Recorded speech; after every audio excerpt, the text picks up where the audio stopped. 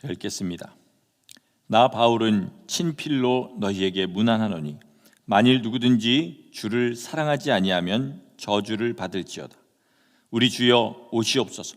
주 예수 그리스도의 은혜가 너희와 함께하고 나의 사랑이 그리스도 예수 안에서 너희 무리와 함께할지어다. 아멘. 아멘. 우리 세상에서 가장 듣기 거북하고 들으면 기분이 나빠지는 단어 중에 하나가 저주라는 단어입니다. 만약 누군가 나랑 다툰 후에 이런 상스러운 욕을 했다, 그러면 우리가 화나서 그랬겠지라고 이해할 수 있는데요, 그 사람이 만약에 나는 너를 저주해 이렇게 했으면 우리 한국인의 정서로 뭡니까? 너랑 나랑 관계는 여기서 끝이야 라고 선포하는 거나 마찬가지입니다. 그래서 오늘 본문이 정말 마음에 좀 부담되고 좀 바울이 너무 하는 거 아닌가 하는 생각이 드시는 분도 있을 수 있을 것 같습니다. 그래서 본문의 뜻은 사실은 우리가 지금 받아들이는 그런 뜻이 아닙니다. 그래서 본문의 원어상의 의미를 좀 먼저 설명을 좀 해드리겠습니다.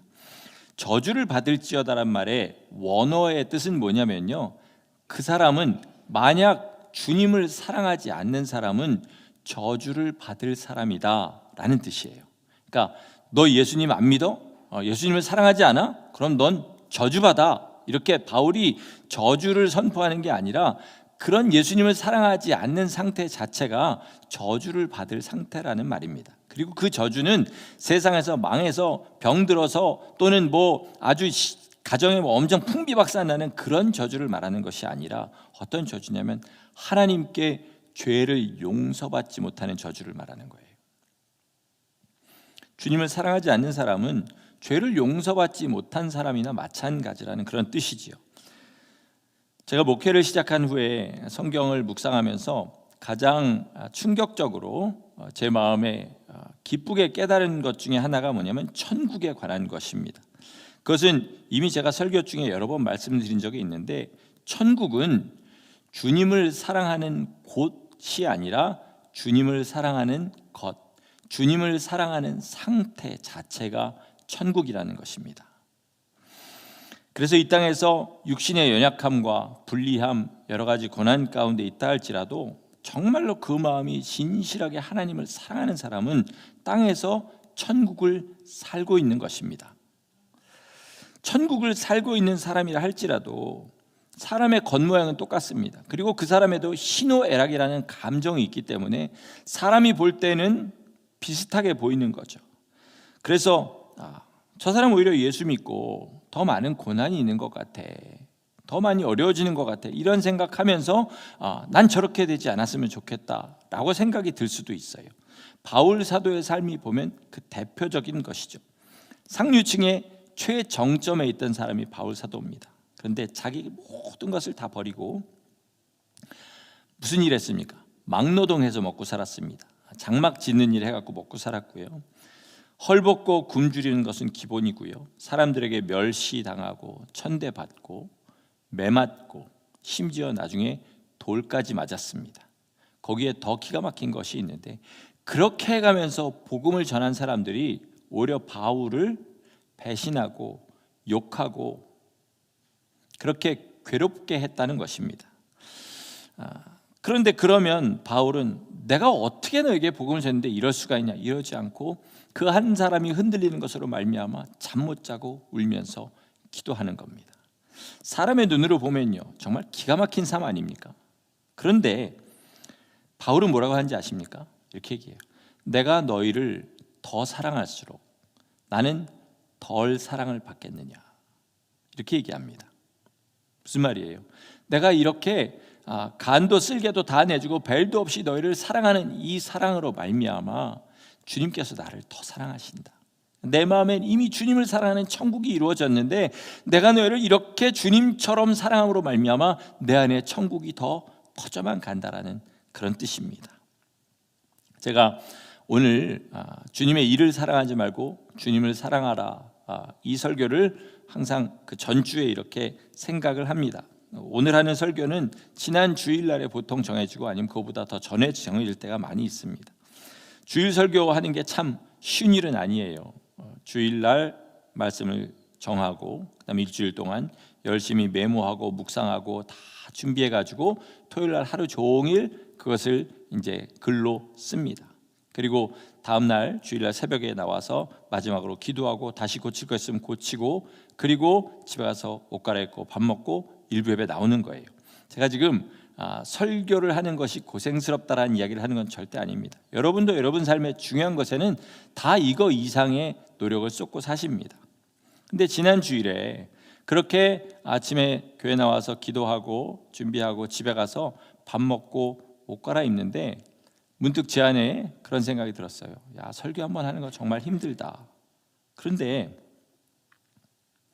나는 이거를 주님을 사랑해서 하는 건가? 아니면 구원받으려면 천국 가려면 이렇게 해야 되는 것 같아서 하는 건가? 이런 생각이 제 마음에 들어왔습니다. 사실 저를 그냥 사회인의 하나로 보면 제 직업이 목회자입니다. 그렇잖아요. 그러니까 제가 하는 모든 목회 일들은요, 주님을 사랑해서 하든지 아니면 사회 일원으로 성공한 삶을, 인정받는 삶을 살고 싶어서 하든지 어떻게 됐건 할 수밖에 없는 일들인 거예요.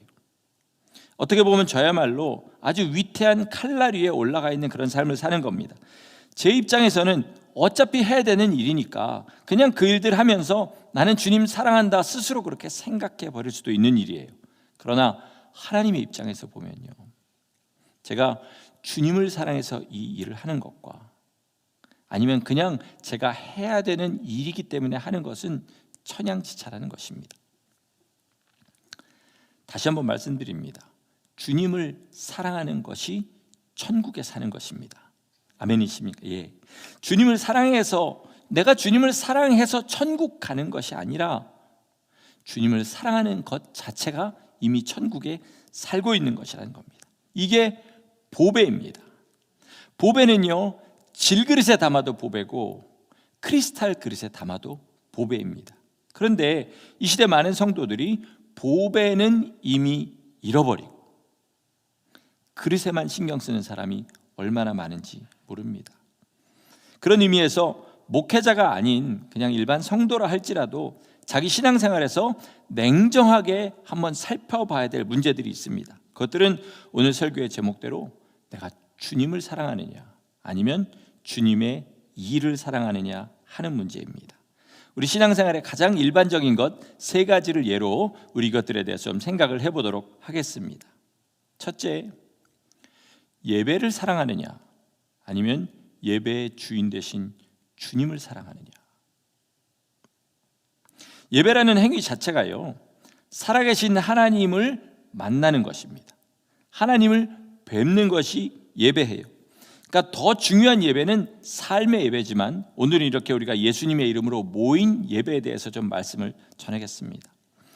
현재 대부분의 기독교인들은요, 주일 예배에 참석하는 것을 신앙생활이다 이렇게 생각합니다.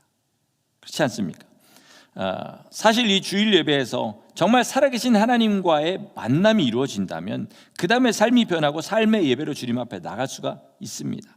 그런데 문제는 뭐냐면 예배에 임하는 목적이 달라요. 그러다 보니 예배에 임하는 태도도 달라집니다. 보통 사람들이 예배에 임하는 목적은요, 은혜 받는 것입니다. 이 말은 굉장히 좋은 것 같죠. 하나님을 만나는 것이 목적이 아니라 은혜를 받는 게 목적이에요. 이게 그 말이 그 말인 것 같지만 미묘하게 다르고요, 결과는 너무나 다르게 나타납니다. 보통 사람들이 원하는 은혜라는 것은 뭐냐면 자기 마음의 감동이에요. 그렇지 않습니까? 정말 하나님을 만나면 마음이 감동됩니다. 그러나 내 마음이 감동된다고 해서 반드시 하나님을 만난 것은 아닐 수 있다는 것입니다. 하지만 그들은 이미 자기들이 원하는 방식의 은혜가 있어요. 마치 자기가 먹고 싶은 음식을 골라서 식당에 가는 것처럼 자기들이 받고 싶은 종류의 은혜가 있습니다. 똑같은 성도인데 어떤 사람은 주님이 주시는 기쁨과 평안만을 구합니다. 또 어떤 사람은 회개의 복음만을 듣기를 원해요. 자, 주님이 기쁨도 주시고 평안도 주시고 책망도 주십니다. 그런데 이미 자기가 듣고 싶은 게 정해져 있어요. 나는 평안에 관한 말씀 아니면 은혜가 안 되는 사람이 있고요. 회개에 관한 선포가 아니면 은혜가 안 되는 사람이 있는 거예요. 근데 주님은 그때그때 사람에게 주시는 그것이 다름에도 불구하고 이미 자기 마음에는 정해져 있는 것이죠. 찬양도 그렇습니다. 제가 우리 샘 형제에게 우리 교회는 아무래도 평균 연령이 좀 높으니까 거기에 맞춰서 좀 찬양을 정해달라 이런 부탁을 참 많이 했습니다. 젊은 사람들은 우리가 오늘 부른 찬양 같은 거 부르면 아마 좀 싫어할 겁니다. 청년들이 모인 데서 병든 자여 내게 오라 이런 거 부르면 싫어할 거예요. 또 청년들이 부르는 찬양 우리가 부르면 우리는 또 별로 그렇게 좋지 않을 겁니다. 그런데 중요한 것은 뭡니까? 내가 좋으냐 내가 싫으냐가 아니라 찬양을 받으시는 분이 그것을 기뻐 받으시냐 아니면 그냥 노래로 끝나냐, 이게 중요한 것이죠. 자, 그런데 많은 사람들이 내가 좋으면 주님도 좋아하신다 이렇게 생각해요. 내가 찬양하면서 기뻐서 뛰면 주님도 그것을 좋아하신다 이렇게 생각해요. 여러분, 내가 정말 주님을 찬양하는 것이 기쁜 것인지 아니면 이 노래의 정서가 나한테 맞는 것인지 어떻게 구별하십니까? 그러니까 자기 중심적으로 이것을 생각해서는 안 된다는 거죠. 그날 무슨 찬양을 부르든 나는 은혜 받고 주님의 이름을 높이겠다 이 마음으로 주님 앞에 나오고, 그날 설교가 어떤 설교가 선포되든 난 그 가운데서 주님의 성품과 주님의 뜻을 알겠다. 그래서 예배를 통해서 주님을 더 알게 되고 주님을 만나겠다. 이 각오로 주님 앞에 나와야 될 줄 믿습니다. 여러분, 우리가 원하는 감동이 정말 하나님 주신 감동인지 아니면 그저 내 감정이 움직이는 것인지 판단할 수 있는 방법이 있어요. 그건 뭐냐면요, 여러분이 나름대로 은혜 받은 예배들이 있을 거 아닙니까? 그죠? 와서 오늘 정말 은혜 받았다 하는 예배들이 있을 겁니다. 그러면 그 다음에 내 삶을 한번 보시면 돼요. 보통은요, 은혜 받고 감동 받았다 할지라도 저 성전문을 나서는 순간에 차를 타고 집에 가면서 결국은 다시 금방 제자리로 돌아갑니다. 대부분의 경우에 조금 더 괜찮으면 그 주간에 다시 제자리로 돌아가는 것을 발견하게 돼요. 자, 제가 예배는 뭐라 그랬습니까? 하나님과의 만남이라고 그랬어요. 사람이 피조물이 자기를 지으신 창조주를 만났습니다, 예배 가운데. 그런데 몇 시간이 못 되어서 며칠이 못 되어서 다시 제자리로 돌아간다면 정말 하나님을 만난 것이겠냐는 거죠. 자기가 원하는 종류의 감동을 받았을 수 있지만 진짜 살아계신 하나님과의 그 만남이 예배 가운데 있었다면 그것은 좀 더 우리의 삶을 분명하게 변화시킬 것이고 하나님 뜻대로 살려고 하는 그 헌신의 결단이 분명하게 있을 것입니다. 여러분, 만약에 내가 여지껏 받았다고 하는 은혜가 결국 내 마음의 만족에 불과한 것이었다면 해결책은 오직 하나입니다. 뭡니까? 예배를 사랑하는 것이 아니라 예배의 주인 되신 주님을 사랑하는 것입니다. 이런 성도 되시기를 예수 이름으로 축원합니다. 아멘. 두 번째, 말씀을 사랑하느냐 아니면 말씀하신 하나님을 사랑하느냐, 이것의 문제입니다. 제가 금요일에도 비슷한 말을 했습니다. 요즘은 참 많이들 말씀합니다. 성경 공부도 정말 많고요, 설교도 유튜브를 통해서 홍수처럼 그렇게 쏟아져 나옵니다. 저는 우리 교회를 개척하기 전까지 20년 동안 두 교회를 섬겼습니다. 두 교회 다 특징이 있었는데요, 그건 뭐냐면 굉장히 말씀에 포커스를 많이 맞추는 교회들이었다는 것입니다. 첫 교회에서 성령 세례를 받았어요. 그리고 저는 한국에서 그렇게 체계적으로 성경 공부를 해본 적이 없기 때문에 그때 성경 공부를 하면서 참 많이 깨닫고 하나님을 알아가는 기쁨이 있었습니다. 근데 두 번째 교회에 와서는 좀 다른 생각이 들기 시작했어요. 말씀에 대한 좀 다른 각도가, 다른 시각이 저한테 생겼어요. 그건 뭐냐면 그 두 번째 교회도 정말 말씀을 중요시하는 그런 교회였는데 첫 번째 교회와 두 번째 교회가 중요시하는 말씀들이 다르더라는 거예요. 뭐가 다른지가 중요한 게 아니라 다르다는 것이 중요한 것이었습니다. 두 교회 교인들 다 은혜 받으신 분들은 정말 하나님 사랑하고 주님 뜻대로 살려고 하는 그런 모습들을 가지고 있는 분들이었어요. 그러면서 제가 생각하는 건 뭐였냐면요, 이 두 말씀의 교집합, 우리가 보통 공통 분모라고 하는 부분들이 있었어요. 그것은 뭐냐면 예수 그리스도, 말씀이 아니라 말씀하신 분에게서 받은 은혜였다는 것입니다. 그러니까 그 교인들이 두 교인들이 다 주님을 사랑하게 만드는 말씀은 뭐였냐면 예수님의 십자가, 나를 사랑하신 그 사랑, 성령을 보내서 오늘도 나를 참아주시고 인도하시는 그 사랑이 그분들로 하여금 주님을 사랑하게 하는 그 말씀들이었다는 거예요. 그런데 이 두 교회의 차이, 이쪽에서 강조하는 것과 이쪽에서 강조하는 것은 가만히 보니까 그 교인들을 남과 나를 차별하게 하는, 교만하게 하는 요소로 그렇게 작용한다는 것을 알았습니다. 무슨 말인지 아시겠습니까? 그러니까 내가 남보다 뭔가를 더 안다고 생각하는 것 자체는 그 사람을 절대로 은혜 가운데로 인도해 주지 못하고 오히려 교만하게 하더라는 것입니다. 그러면 뭐가 그들을 바꾸느냐? 그 말씀하신 이 예수 그리스도의 사랑, 그리고 그것을 정말 알고 싶어서 말씀을 읽고 묵상하고 설교를 듣는 사람의 삶이 변하다라는 것입니다. 여러분, 말씀을 알아야 되는 이유는요, 말씀하신 분을 알기 위해서 알아야 되는 것입니다. 말씀하신 분을 더 사랑하기 위해서 말씀을 알아야 되는 것이지, 말씀 자체에 포커스가 맞춰져서 내가 말씀을 아는 것으로 말미암아 다른 사람과 나를 자꾸 차별화하려고 하는 그런 마음이라면 하나님은 그 사람에 관심 없으시다는 것이죠. 그럴수록 어떻게 해요? 세상에서 많이 배운 사람이 지식으로 말미암아 교만해지는 것처럼 말씀을 아는 것이 그 사람을 변화시키지 못하고 오히려 더 교만하게 만든다는 것이죠. 설교도 마찬가지입니다. 여러분, 왜 설교 들으십니까? 예수님을 더 알고 싶어서 들으셔야 됩니다. 아까 예배에 관해서 제가 말씀드린 것처럼 각자의 입맛이 있어요. 그래서 자기가 원하는 말씀을 들으려고 합니다. 요즘은 유튜브 때문에 그런 거 찾기가 너무 쉽죠. 만약에 자기의 입맛대로만 말씀을 고른다면 그러면 그건 예수님을 알고 싶은 것이 아니라 뭐예요? 자기 욕구를 채워나가는 것입니다. 그런 사람은 말씀을 듣고 변하지 않습니다. 말씀을 제대로 읽고 설교를 제대로 들었다는 증거는 뭐예요? 그 사람이 예수님을 닮아가려고 한다는 것입니다. 요한복음 5장 39절에 주님께서 이렇게 말씀하셨습니다. 우리 다 같이 한번 읽어보도록 하겠습니다. 시작. 너희가 성경에서 영생을 얻는 줄 생각하고 성경을 연구하거니와 이 성경이 곧 내게 대하여 증언하는 것이니라. 우리가 성경을 잘 읽었다면, 하나님이 주신 그 뜻대로 잘 읽었다면, 그리고 정말 설교가 하나님의 뜻대로 선포되고 내가 그대로 그 설교를 받아들였다면 그 결과는 뭡니까? 예수님을 알게 돼야 됩니다. 그리고 예수님의 삶을 사모하게 돼야 되고, 그리고 예수님 뜻대로 내 삶을 변화시키려는 그 마음에 그 감동이 있어야 되는 거죠. 그런데요, 많은 사람들이 자기가 주장하는 어떤 교리를 증명하려고 성경을 읽을 때가 참 많습니다. 자기 마음을 흡족하게 하려고 설교를 들을 때가 참 많아요. 여러분, 우리는 오늘 이렇게 추운 날, 또 이렇게 코로나 바이러스가 온 세상을 덮었음에도 불구하고 주님 앞에 몸을 이끌고 나온 우리는 말씀을 읽을 때나 설교를 들을 때 오직 말씀하신 그분, 우리 주님 예수 그리스도께 모든 초점을 맞추시기를 예수 이름으로 축원합니다. 아멘.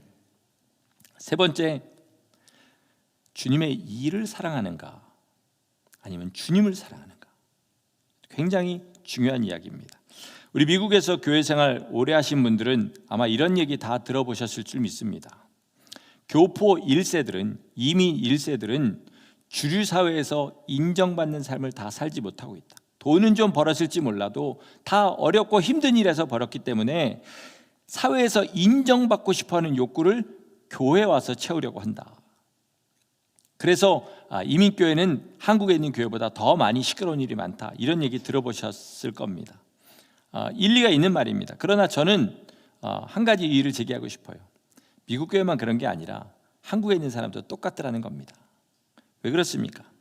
사람은요, 우리가 죄인이라는 것의 가장 깊은 근본에는 마귀의 교만이 깔려 있습니다. 교만은 뭐냐면요, 항상 남보다 나를 더 높게 생각하는 거예요. 남들을 낮게 보고 한심하게 보고, 그러므로 말미암아 내가 높아지는 것이 교만입니다. 그러니까 사람의 악한 본성 중에 하나가 뭐냐면 항상 누가 위냐 누가 아니냐, 누가 더 낫냐 누가 더 못하냐, 항상 이걸 따지는 거예요. 이 악한 본성이 그대로 있는 상태에서 신앙이 들어오면 그거 가지고 뭐 하는지 아십니까? 신앙을 가지고도 계속해서 위아래를 따집니다. 누가 더 위냐? 누가 더 미치냐? 누가 가르치는 사람이고 누가 배우는 사람이냐? 날마다 이걸 따져요. 그럴 때 뭘 가지고 주로 비교를 하냐면요, 무슨 일을 하고 있느냐, 무슨 일을 했느냐, 이걸로 많이 따져요. 내가 하지 못하는 일을 하는 사람은 인정해줘요. 반대로 또 내가 만약에 남이 하지 못하는 일을 하면 내 목이 뻣뻣해집니다. 대부분 그렇습니다. 그래서 성경을 오독한 사람은, 5번 읽은 사람은 한 번 읽은 사람을 밑으로 내려다봅니다. 그런데 10번 읽은 사람이 나타나면 기가 죽어버리죠. 3일을 금식해본 사람은 한 번도 금식해보지 않은 사람이 금식하면 뭐 이틀째 되면 저도 잘하는 말인데 팔다리가 빠져나가는 것 같고 이런 얘기합니다. 그런데 열흘 금식한 사람 앞에서는 입을 다물어 버리죠. 미지의 세계니까. 기도도 마찬가지고 전도도 마찬가지입니다. 이게 뭐냐면 예수님이 아닌 예수님의 일을 살아가는 겁니다. 그리고 그걸 가지고 자기를 세워나가는 거죠. 제가 2달 전쯤에 윤함의 사모님이란 분의 유언에 관한 이야기를 좀 한 적이 있습니다. 그분의 유언 가운데 5분 이상 예수님을 잊지 말아라 라는 것 가지고 제가 한번 설교를 한 적이 있죠. 근데 그 전체 유언의 가장 마지막 센텐스, 마지막에 그 자손들에게 하는 당부가 뭔지 아십니까? 딱 이 한마디예요. 제일 무서운 것은 신앙의 교만이다. 위에 있는 모든 것을 다 한다 할지라도, 5분 이상 예수님 믿지 않고 정말 주님 뜻대로 산다 할지라도 그 마음에 신앙의 교만이 들어가면 끝이라는 겁니다. 예수님을 보시기 바랍니다. 하늘의 모든 비밀과 영광과 능력을 가지고 이 땅에 오셔서 뭐 하셨습니까? 사람의 종이 되셨어요.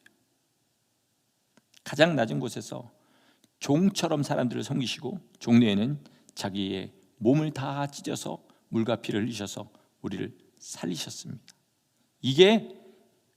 이것을 담는 것이 신앙이고요, 정말 주님의 일은 뭐냐면 다른 사람의 종이 되는 것입니다.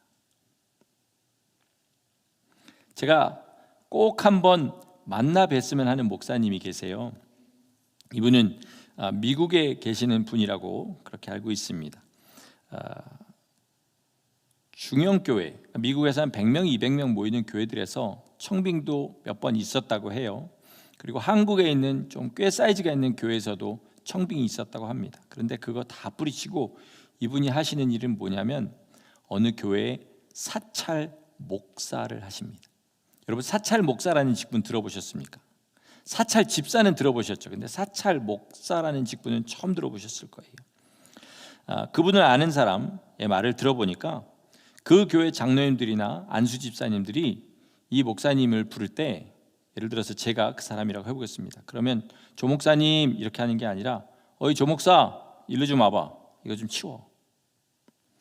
저보다 10살 정도 많으시다고 그래요. 50대 60대 중반이신 그 목사님한테 교회 장로들이 그렇게 한다고 합니다. 그럼에도 불구하고 이 목사님은 네 그러면서 그 일들을 다 해나가는 거예요. 그리고 그게 바로, 그렇게 하는 것이 바로 이분이 사찰 목사라는 그 직분을 택한 이유라고 합니다. 그분이 이렇게 얘기했다고 합니다. 나는 만약에 어떤 교회 담임 목사가 되어서 앞에서 설교하고 그리고 사람들을 가르치는 일하면 아무래도 주님 기뻐하시는 종이 될 자신이 없어요. 그래서 종처럼 그렇게 남한테 무시받는 자리가 나한테는 맞는 것 같고 그게 나의 훈련 장소이기 때문에 그렇게 한다, 이런 말씀을 들었습니다. 말씀을 들으시는 분 중에 꼭 그렇게까지 해야 되냐라고 생각하시는 분도 분명히 계실 겁니다. 그러나 저는 이분이 정말로 소름 끼치도록 교만한 자기 죄의 실체를 보신 분이라고 믿습니다. 주님의 은혜를 받아서 거듭난 후에도요, 몸이 완전히 죽어서 이 세상의 삶이 끝날 때까지 절대로 사람에게 없어지지 않는 마지막 죄가 뭐냐면 교만입니다. 남들보다 나를 높이는 거예요. 어떤 상황에서도 이 교만은 튀어나올 수가 있어요. 바울 사도가요, 돌에 맞아서 죽기 일보 직전까지 갔다가 깨어났습니다. 이미 그때까지 살아온 삶만 가지고도요, 교회 안에서는 최고 지도자, 최고 어른 대접을 받으면서 주님 앞에 설 때까지 그렇게 살 수 있었을 거예요.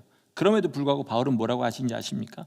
나는 내가 봐도 스스로 자책할 만한 것을 깨닫지 못한다. 그러나 내가 두려운 것은 뭐냐? 나를 심판하시는 이는 내가 아니라 주님이시다. 더 심한 말도 합니다. 나는 쓰임받고 버림받는 것이 가장 두렵다. 그래서 날마다 자기를 쳐서 복종하고 남의 밑에 들어가서 자기를 배신하고, 그렇게 자기 삶을 다 줬는데 자기를 욕하고 배신한 사람들이 있으면 오히려 그 사람들을 위해서 눈물을 흘리고 종처럼 사는 겁니다. 여러분, 바울이 사람이 좋은 사람이었을까요? 저는 이렇게 볼 때 바울이 성격이 좋은 사람이었다고는 절대 생각하지 않습니다. 그러나 바울은 무엇을 알았을까요?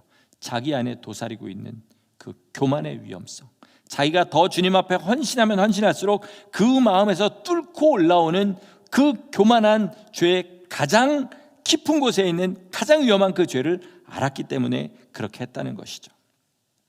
여러분, 우리 안에 이거 있습니까? 없습니까? 다 있습니다.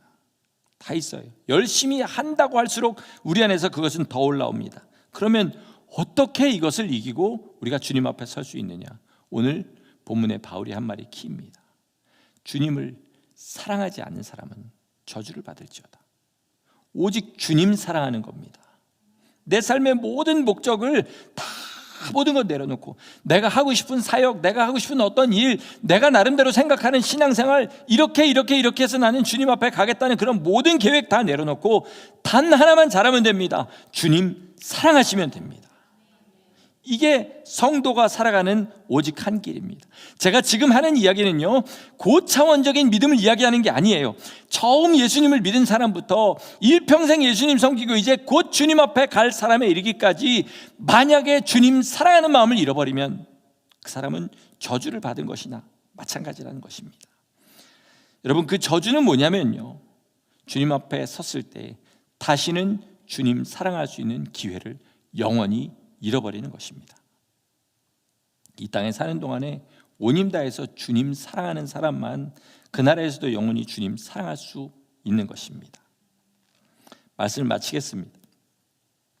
어떤 멕시코에서 사역하시는 선교사님, 아주 젊은 선교사님이에요. 지금 30대 초반 중반밖에 안 되신 것 같습니다. 멕시코의 가장 좀 어려운 곳에서 사역을 하시는 선교사님인데 교통사고를 당했습니다. 그래서 온몸에 피가 60%가 빠져나가고 장기가 파열되고 그 상태로 이제 곧 죽는다고 하면서 24일 정도를 혼수 상태로 그렇게 있었다고 합니다. 그때 무슨 얘기를 했는지 아시겠죠? 주님께서 이 선교사님에게 은혜를 주셔서 주님의 심판대 앞에 서보는 그런 기회를 주셨어요.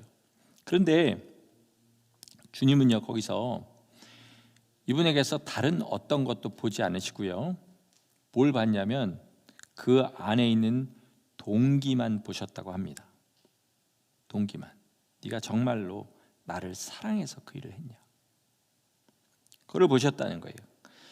이분이 자랑스럽게 자기의 사역들을 생각하고 있었는데 그건 하나도 보시지 않더라는 거예요. 왜요? 네가 이미 자랑스럽게 생각한 것으로 네 상은 다 받았다라는 것이죠. 그리고 뭐를 주님이 보시냐면 나는 죄인입니다. 나는 가망 없는 인간입니다. 나는 왜 은혜 받아놓고도 이렇게밖에 못 살까요? 그러면서 주님 앞에 울며 엎드리든 그것만 인정해 주시더래요. 우리도 마찬가지입니다. 우리가 정말로 주님 앞에 어떤 마음을 가지고 어떻게 나가냐, 이 일 하지 말자는 이야기가 절대 아닌 줄 아시죠? 여러분, 우리가 주님의 일을 열심히 해야 됩니다. 그러나 어떤 마음으로 하냐가 중요한 것이죠. 남들 앞에서 그잖아요, 회당 어귀에서 열심히 기도한 사람 뭐라 그러십니까? 주님이 이미 남들이 본 것으로 그 상 다 받았다. 열심히 구제한 거, 주님이 구제한 것 갖고 뭐라고 하셨습니까? 아니죠. 구제한 거 남한테 자랑한 것 가지고 이미 그 상 다 받았다. 너는 구제할 때 남들이 모르게 해라. 그게 네 동기가 순수한 거다. 기도할 때 남들이 모르게 해라. 그게 진짜 나를 사랑해서 한 거다 라고 말씀하시는 것입니다. 여러분, 물론 이 선교사님의 간증은 그냥 개인적인 경험이에요. 우리가 눈으로 본 거 아니고 성경에 있는 거 아니니까 여러분 그거를 절대적인 기준으로 삼으실 이유는 없습니다. 그러나 말 되지 않습니까? 우리가 아는 주님, 우리가 아는 성경으로 비춰볼 때 분명히 말 되는 일 아니겠습니까? 하나님은요, 우리 중심 보십니다. 뭐 보시냐면 너 나 얼마나 사랑하니? 내가 너를 얼마나 사랑하는지 정말 아니? 그래서 네 삶 나한테 주지 않고는 견디지 못해서 이렇게 하는 거니? 라고 물어보시는 것입니다. 주님 사랑하지 않는 우리 껍데기 신앙들 다 버리시기를 바랍니다. 여지껏 쌓아놓은 거 다 무너진 것 같아 할지라도요, 주님 사랑하는 그 위에다가 작더라도, 앞으로 내가 쌓을 시간이 얼마 없더라도 작은 집이라도 튼튼하게 지어서 주님 앞에 서실 수 있기를 바랍니다.